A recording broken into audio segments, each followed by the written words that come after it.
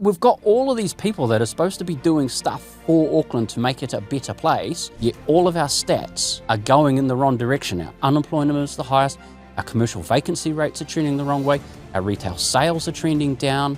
Like, where's the positive story despite we've got these people in such powerful positions of influence to help make Auckland a better place? There was once a time where people were complaining about how they just wanted things to slow down a little bit so they could catch their breath, and now we're complaining about how, there's not enough work there. The amount of people I've spoken to in recent times that are going to Queenstown or have been to Queenstown, they have got a buzz about them. They're excited about the place.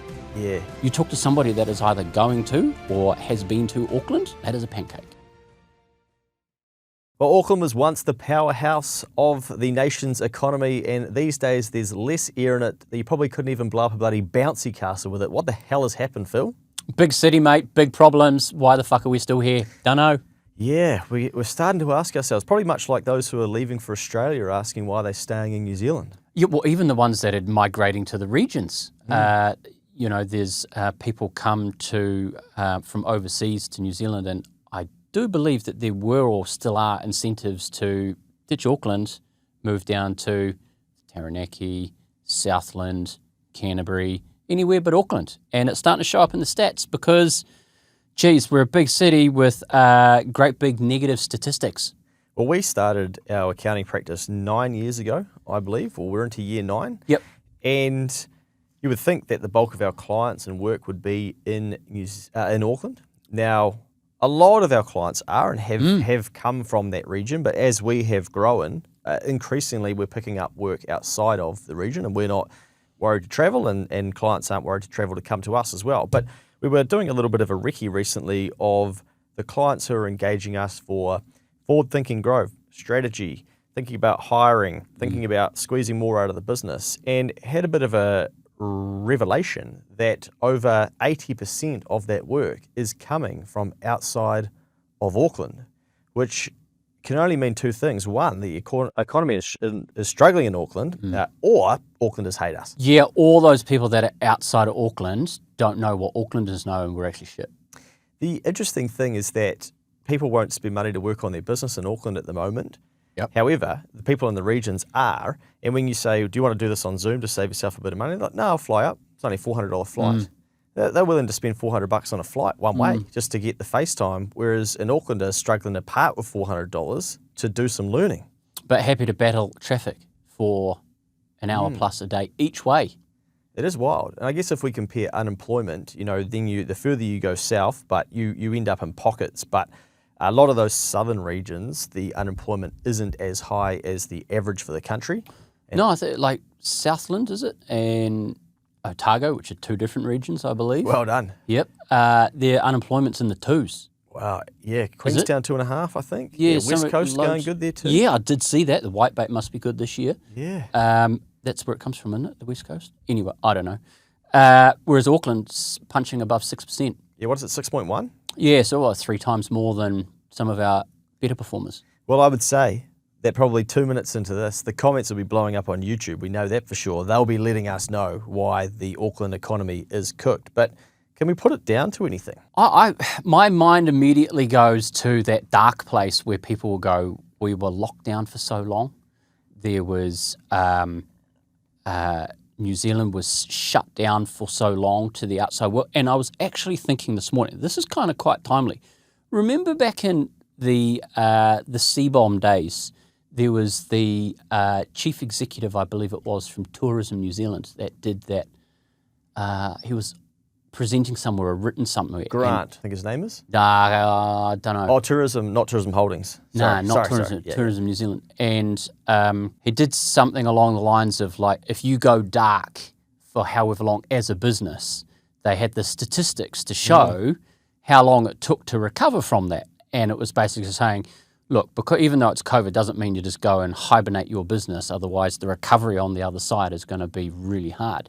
I think if we change that from a business context just to the wider, or an individual business in terms of like don't go dark, like you look at that and replace that as Auckland as a region being the main place that people come, most international visitors still come to Auckland. I don't know how much longer that'll last and Queenstown will overtake us. But most international arrivals come here. Like we've gone dark. There's been no kind of strategy to like wave the flag and go, hey, there's all this great stuff about Auckland. And I think it's only in recent months, I would say, at a push that we're really starting to hear positive things that are happening. Like, for example, the keys got handed over to the International Convention Centre, I believe, original 4 to 5 year project, maybe, that got stretched out to 10 years. So I think once they get the keys, they're going to be due for a refurbishment. Yeah. Because it's already going to be dated. And I think the price tag of like close to $1 billion in the end. So we're like, great, like let's start and get, because I remember when that was first announced that there was going to be some massive international thing happen that was going to make the CBD just absolutely blow up. So it's like, great, let's get that happening. Well, apparently next week they're reporting on the wireless that hotel occupancy is at 100% on Wednesday specifically, which I found quite intriguing, but apparently it relates to Metallica concert, which I had no idea was going on. So there'll be plenty of Metallica fans in town, amongst probably some other bits and pieces. And there's some international medical conference where there's going to be an influx of a few thousand people plus some headbanging music. And hopefully on the back of that, hospitality thrives. People are going to go out and drink and eat. Retail will thrive because there'll be people that will come up from, if you're a Metallica fan, you might be in Huntley, for example, Dannyverk maybe, and you're not going to have the benefits of, say, the retail experience of Manawa Bay.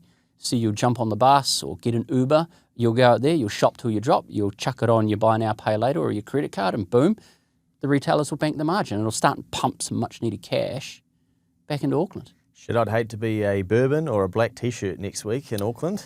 Yeah, not wrong. City Rail Loop as well. Think that took a lot longer. Not open yet. Not finished. It's not, but I did go past the entrance to the Karanga Ahapi. I don't know how to pronounce it, but look, K-Road for short. My word, it looks smart. Yeah. They've finished all the roadworks out the front. I went past this morning. It's looking really good. And then some of the photos where they've taken from the downstairs, and they're like, look at this. It reminded me of, I think it was the Sydney Underground doofer thing. I'm like, yeah, this is actually quite cool. Yeah. Let's see if it actually makes a difference to travel times. Who knows? Big goals start with planning, and that's why we run 90-day business planning sessions one-on-one with aspirational business owners. Together, we help you set clear targets and start taking action straight away, and action on the things that matter, like pricing, margin, cash flow, ideal customers, and making sure that you're moving the needle to get closer to where you want to be. We've got tons of strong Google reviews in this space, so go and check those out. This could be perfect for you if you're after no fluff business planning and are keen on accountability. If you want to apply to book your 90-day plan, go to nextadvisory.nz and let's see if this is a good fit for you. Well, 6.1% unemployment compared to 5.3% across the country. We're obviously dragging the average up here in the 09. Youth unemployment well into the double digits. Not great for them wanting to find some work. You've also got an interesting complex happening from two sides where most of our immigrants coming into New Zealand, is that the correct term, or migrants? Anyway, the people who move to New Zealand, they come to Auckland. Now, why would you come here if the economy's shit? Now, what is happening is those people who have come are now telling people back home, don't come. Hey, don't come. So then also what is happening is people who have come here and have been here a couple of years are going, this economy isn't giving to us what we thought it was going to be. I've been willing to move in the past. It's not a major for me anymore.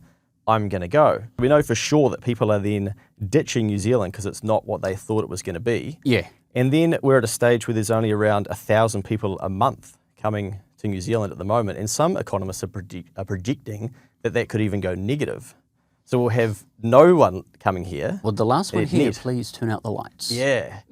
That's scary, because, and then what I've seen too is that, like, if you go on YouTube, which is where a lot of people do research before going overseas or holidaying, there's a video recently from an international channel, like what's happened to the New Zealand economy, 2.9 million views. And so what happens is then someone goes, oh, cool, that video went well. And then another channel will make the same video talking about the same thing, 500,000 views. And so then you're starting to build all of this anecdotal data, so then if you're researching coming to a country, you're going, oh, I thought it was epic, but there's 3 million views and hundreds of comments about how it's shit. And you put that into context, the trailer for the latest Michael Jackson movie, which comes out next year. Did you hear those stats? Yeah. In the first 24 to 48 hours, it's the highest viewed trailer of any movie in the world at 115 million views. So MJ's got another movie coming out. He's obviously dead, hasn't been around for a while. They've made a movie about him. Apparently his cousin or some family member plays him in the movie, and it's beaten the trailer for the Taylor Swift movie, which was under 100 million, and something else, and I can't remember what it was. And this is just absolutely blitzed it. And I could not believe that for somebody that, one, hasn't been around, and two, is hardly ever promoted on radio these days because of what people or views that they hold, can all of a sudden come out and command interest of 100 million plus views. And then we're talking about 2.9 million views About for Auckland. What I found fascinating as well, earlier this week, the chief executive of Ports of Auckland was interviewed on the radio, and he was upset about Port of Tauranga taking away a lot of the container volume, and he actually thought that they'd been quite vicious, I believe were his words, and I thought, oh, someone's a little bit salty. But then he was actually asked, is it correct that Auckland has the highest charges in the world for incoming cruise ships? What do you think his answer was?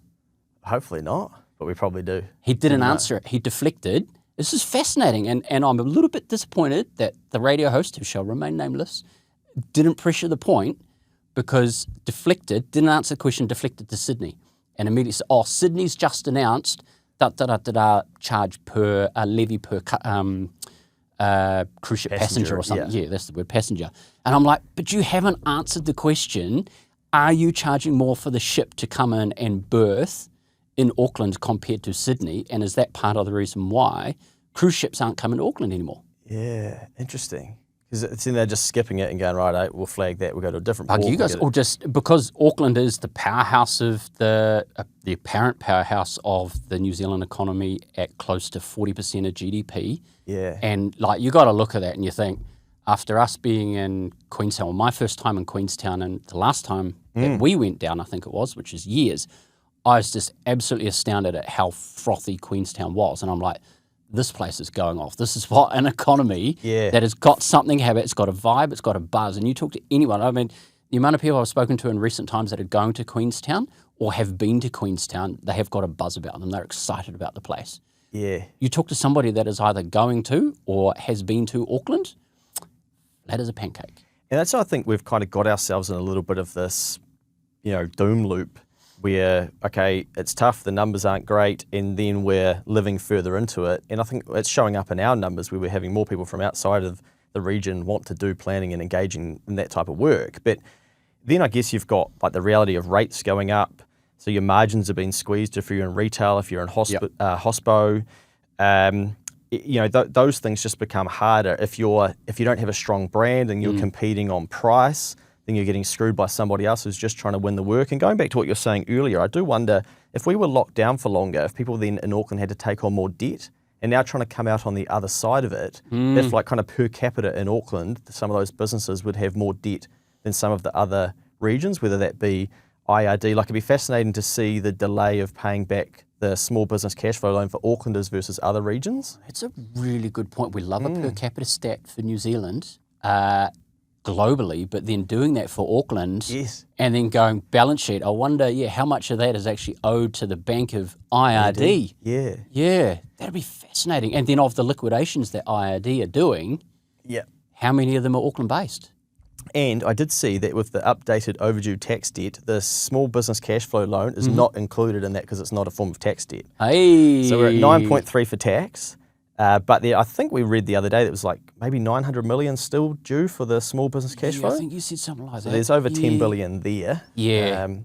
But I do wonder if that's part of it too. And I got a couple of messages that I thought might be worth sharing that I think kind of shed some further light on this. Now, I have to be careful and say, look, this is not my message. Like, I didn't write this, because this could be perceived to be as racist. So, Oh, geez, here we go. yeah, what they were saying is some people are coming to New Zealand and ruining the trades because they're willing to work for $10 an hour as builders. I've seen it myself. And I said, well, that just doesn't sound legal, to be working for $10 an hour. Yep. They said contract price, they say they build it for 30K. Who's to say that they do it in 40 hours or 400 hours? They do other things to subsidise their income. It's absolutely ruining our labour pricing and building whilst materials still go up. We are a good company with good reputation, but losing out now. Think we might shut it up and leave it to them. And I said, okay, what location? An area of Auckland. And like that, if that's what's going on inside the mind of a business owner, you ain't out there hiring and finding more work. You're thinking about shutting it down. There's businesses out there, and we'll generalise here without putting it to specific industries or types of people, but they are competing with an unfair advantage because they're, I wouldn't even say gaming the system, they're just flat out breaking the law because they're paying cash below minimum wage, and more often than not, in addition to that, not paying their taxes. So they won't be registered for GST, certainly won't be paying income tax, so they fly. Because I think it's actually possible to run a business in New Zealand and fly below the radar, and IRD wouldn't find out about you for, I would say, a few years. Shit, let's not get anyone to test this. No, it's not tax advice, but it's been planned out. Like, I've kind of thought, I reckon you can set yourself up, and there's, let me just broadly say, online content creators, because we've had instances in the past where we're aware of some people, and they've flown below the radar making a lot of money, and it's hard for IRD to find that. So if you go, okay, in the online content in space, let's just come back to business. I do know of a business that is, I won't say where it is or what they do, but they're operating as a sole trader. And when I last was made aware of it, they've been in business for a few years, not registered for GST, should be not filing income tax returns, not paying tax, like none of that stuff. And IRD have just probably wouldn't even know that they exist. Yeah, you got the old template of the invoice off the, Googled it. Okay, there's send that, get paid. And I've then got my money. This is like commend IRD for the limited resources that they do have. And typically they'll go after the big fish where they can go, okay, for the minimal resource that we do, how much in dollar terms can we get back real quick, which is like the big stuff, where it's just the little stuff that's impacting just your average mum and dad that are actually trying to do the right job. They've got an unfair advantage because they're breaking the rules. And I did see during the week that IRD are prosecuting or have applied to liquidate a number of businesses in a particular industry, and reading between the lines, yeah, that's probably one of the reasons. Sheesh. It sucks, and that makes it harder for people that are actually genuinely trying to do stuff and win work for an honest day's work, and that then has flow-on impacts to the wider economy, or in this case, the Auckland economy. Like, let's assume that relates to Auckland. Yeah, it does, yeah. And it just makes our big city have even bigger problems. Well, the next one, this person says, we used to have 200 staff in Auckland. Now I've got 50, but we're in the regions now. So they've diversified into the regions and then list out how many staff they have in the different regions. So we're adapting to the problem. It's resulted in regional growth for us, but Auckland is rough at the moment, oversaturated in my industry. Let's just say construction, to keep it broad. But interestingly, a lot of my competition are opening offices in Aussie to offset the New Zealand business. And I had somebody message me the same thing recently about how they were going to open in Australia and there's plenty of opportunity over there and send a few people over and then grow it over there to help weather the storm and then come back, which I thought was quite fascinating. But they said that they're more of a fan of staying in the fight here and picking up the market share, like if they can regionally. And if they weighed up some of the costs of getting into Australia and decided not to diversify that way. But I think, these are businesses that want to be here for the long term, and they're having to figure out, like, how do we adapt to this tough economy? I've mentioned it before in the office, and I don't think I've ever vocalised this either on the podcast or anywhere else. But let us remind ourselves, who is flying the flag for Auckland? Minister... And I would probably say, no one. Now, but bear in mind, we have a minister for Auckland. I don't even know who the minister for Auckland is. And if you're the minister for Auckland, what are you supposed to be doing? We've got a mayor of the super city. We also have the chief executive of Heart of the City, which is supposed to promote activity in the CBD. Like, where are these people beating the drum, promoting Auckland as a destination, as a place to come and stay, host your event, spend money, open a business, hire people, like do stuff? Like, in the last 4 years, 5 years, like, when have you seen, probably the only one that would spring to mind would be, is it the Chamber of Commerce, and it's now Bridges, yes. Simon? Yeah. Simon Bridges. He's somewhat vocal when the media decide to cherry pick what he's got to say about, like, pro-Auckland. Otherwise, we've got a minister that's doing, in my opinion, sweet fuck all. Might be doing some stuff, but certainly not getting media attention about it. You don't need mainstream media, as we well know, because there's plenty of platforms to be able to promote your message. A mayor, certainly not vocal about promoting the city, trying to cut costs, getting nowhere because rates are going up. And then the Heart of the City lady, is it still... Viv Beck, is it? Viv Beck, she tried to go for mayor but didn't succeed, I believe. We've got an MP for Auckland too, don't we? Like Central Auckland? There is an MP? So there's another one, yeah. Chloe, is that the MP for Central Auckland? Yep. And then bear in mind, then there's the regional MPs. There's going to be like an MP for my electorate, and then probably down where your old man is. Yep. But that's still Auckland, isn't it? Yeah. Like, we've got all of these people that are supposed to be doing stuff for Auckland to make it a better place, yet all of our stats are going in the wrong direction. Our unemployment is the highest.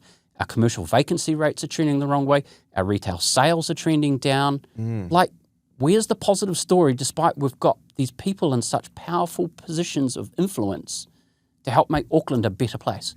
Yeah, it's pretty scary when you think about it. You know, and I guess they would probably argue that they are doing things and hey, like maybe they are and we're not seeing them, but it's not showing up. Well, yeah, well, that's it. Like, if they are, like, they're costing money, they're in charge of a budget, where's the ROI?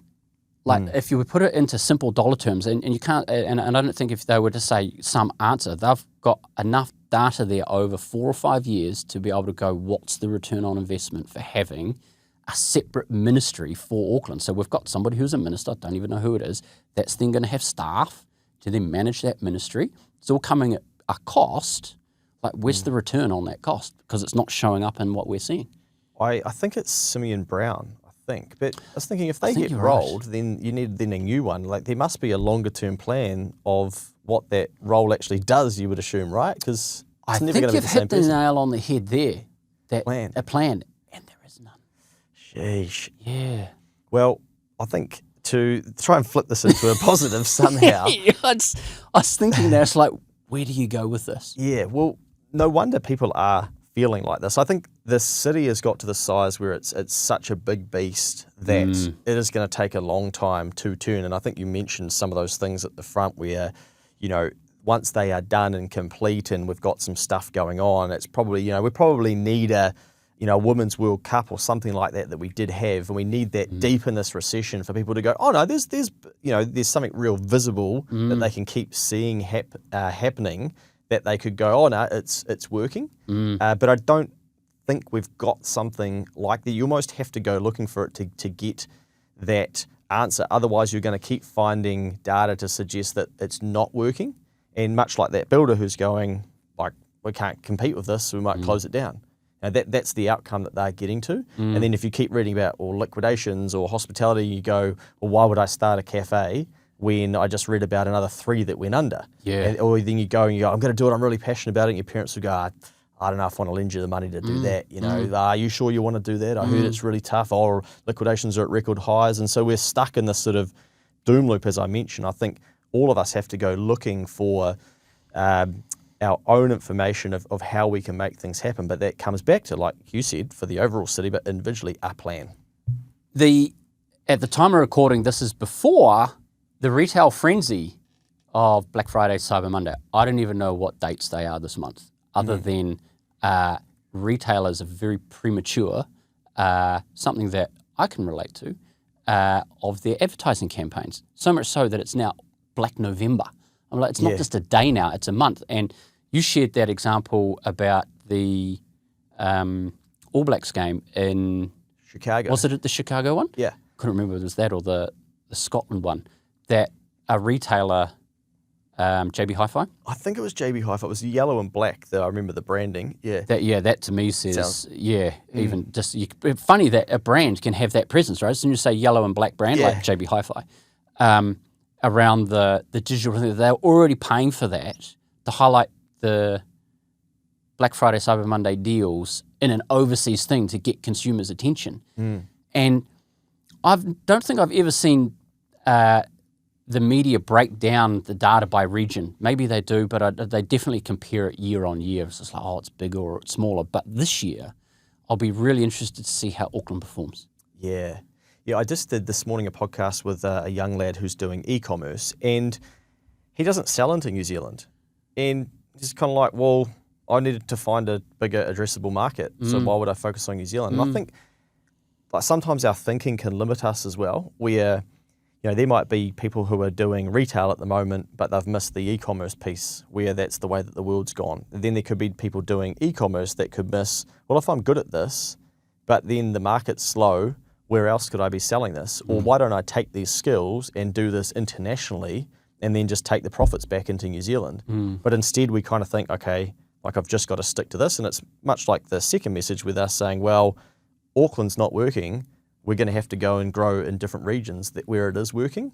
I think this challenging economy gives us an opportunity to look at our businesses and go, you know what, if there's no opportunity here, where could it be? Where else in the country or world could I be offsetting or diversifying into?